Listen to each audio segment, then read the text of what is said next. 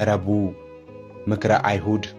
ይህች ዕለት የአይሁድ የሊቃነ ካህናትና ጸሐፍት ፈሪሳውያን ጌታ ኢየሱስን እንዴት መያዝ እንዳለባቸው ምክር የመከሩበት፣ ምክራቸውን ያጸኑበት፣ ሰቅለው ይገሉት ዘንድ የወሰኑበት ቀን በመሆኗ የአይሁድ የምክር ቀን ተብላም ትጠራለች። ይሁን እንጂ በዚህ ምክራቸው ወቅት ጌታ ኢየሱስን እንዴት አድርገው እንደሚይዙት በጣም ይጨነቁ ነበር። ምክንያቱም ደግሞ ወቅቱ የፋሲካ በዓላቸው የሚያከብሩበት ወቅት በመሆኑ በጌታችን ትምህርት የተማረኩ ብዙ ሕዝብ ትምህርቱን ያደንቁ ስለነበር ሁከት እንዳይፈጠር ከመፍራታቸው የተነሳ ነው። በዚህ ጭንቀትም ሳሉ ከደቀ መዛሙርቱ መካከል አንዱ የሆነው የአስቆሮቱ ይሁዳ ከመካከላቸው ተገኝቶ ጌታ ኢየሱስን እርሱን በመሳም አሳልፎ እንደሚሰጣቸው፣ ለዚህም ተግባሩ 30 ብር ወረታውን እንዲከፍሉት፣ በዚያን ጊዜ የነበሩ ካህናትም ከእርሱ ጋር በመስማማታቸው የምክራቸውም ተባባሪ በመሆኑ ጭንቀታቸውን አስወግዶላቸዋል። የመልካም መዓዛ ቀን።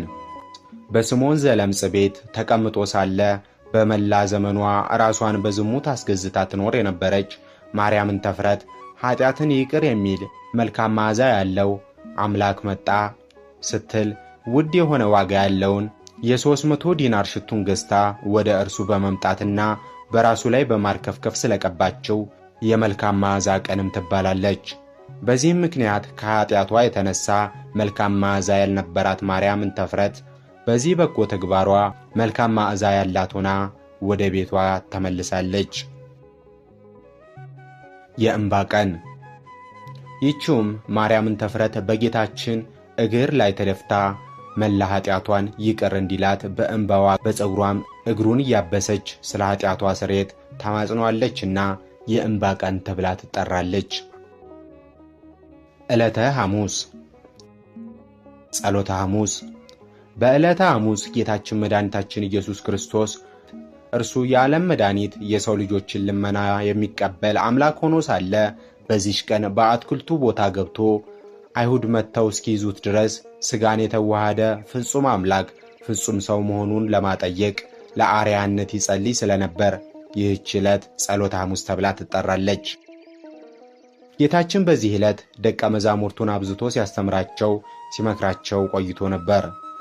ዓይኖቹን ወደ ሰማይ አቅንቶም እርሱ ከአባቱ ጋር አንድ እንደሆነም ነግሯቸዋል።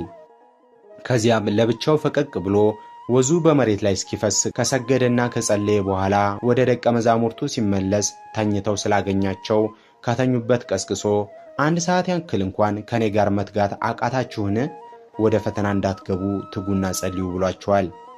ከዚህም በኋላ እርሱ ከባሕሪ አባቱ ከእግዚአብሔር አብ ጋር ስላለው አንድነትና ክብር ለሐዋርያት ካስተማራቸው በኋላ ኢየሱስም ይህን ተናግሮ አትክልት ወዳለባት ስፍራ ወደ ቆድሮስ ወንዝ ማዶ ከደቀ መዛሙርቱ ጋር ወጣ።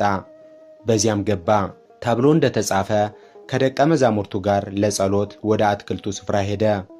የአስቆሮቱ ይሁዳም ይህች ስፍራ ቀድሞ ጌታ ይወዳት እንደነበር ያውቃልና የካህናት አለቆች፣ ጸሐፍት፣ ፈሪሳውያን፣ ሌሎች ወታደሮች ፋና፣ ጋሻ፣ ጦርም ይዘው ጭፍሮችን አስከትለው ወደ እርሱ መጡ።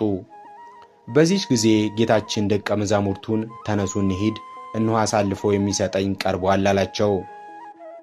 ከዚያም ወደ እነርሱ ቀርቦ ማንን ትፈልጋላችሁ አላቸው። እነርሱም ናዝራዊውን ኢየሱስ እንፈልጋለን አሉት።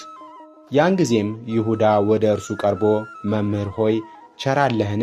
ሰላም ላንተ ይሁን ብሎ ሳመው።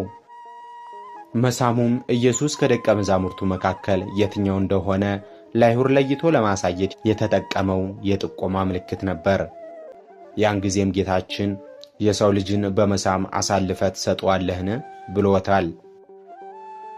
ከዚህም በኋላ ከእርሱ ጋር የመጡት አይሁድና ጭፍሮቻቸው ጌታ ኢየሱስን በ6 ሰዓት ሌሊት ያዙት። ወደ ሽማግሌዎችም ወደ ሊቀ ካህናቱ ወደ ቀያፋም ወሰዱት። ጴጥሮስን ግን ከሩቅ ሆኖ ይመለከት ነበር። የነገሩን ፍጻሜ ያይ ዘንድ ከአንድ ቅጥር ገብቶ ተቀመጠ። አይሁድም ይህን ቤተ መቅደስ አፍርሱት፣ በ3 ቀን እሠራዋለሁ ብሏል ብለው ከሰሱት። ለዚህም 2 የሐሰት ምስክሮች በክርስቶስ ላይ ያመጡ። ሊቀ ካህናቱም ተነስቶ እንዲህ ሲያጣሉህ አትሰማምን አለው።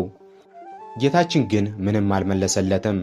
ሊቀ ካህናቱም ክርስቶስ ተብሎ የተነገረልህ የእግዚአብሔር ልጅ አንተ እንደሆንክ ንገረኝ አለው። ጌታችንም አንተ አልክ አለው። ያን ጊዜ ሊቀ ካህናቱ ተናዶ ልብሱን ቀደደው፣ ራሱንም በብረት ዘንግ መቱት። ይህች ቀን የመከራ የጅማሬ ቀን ነበረች።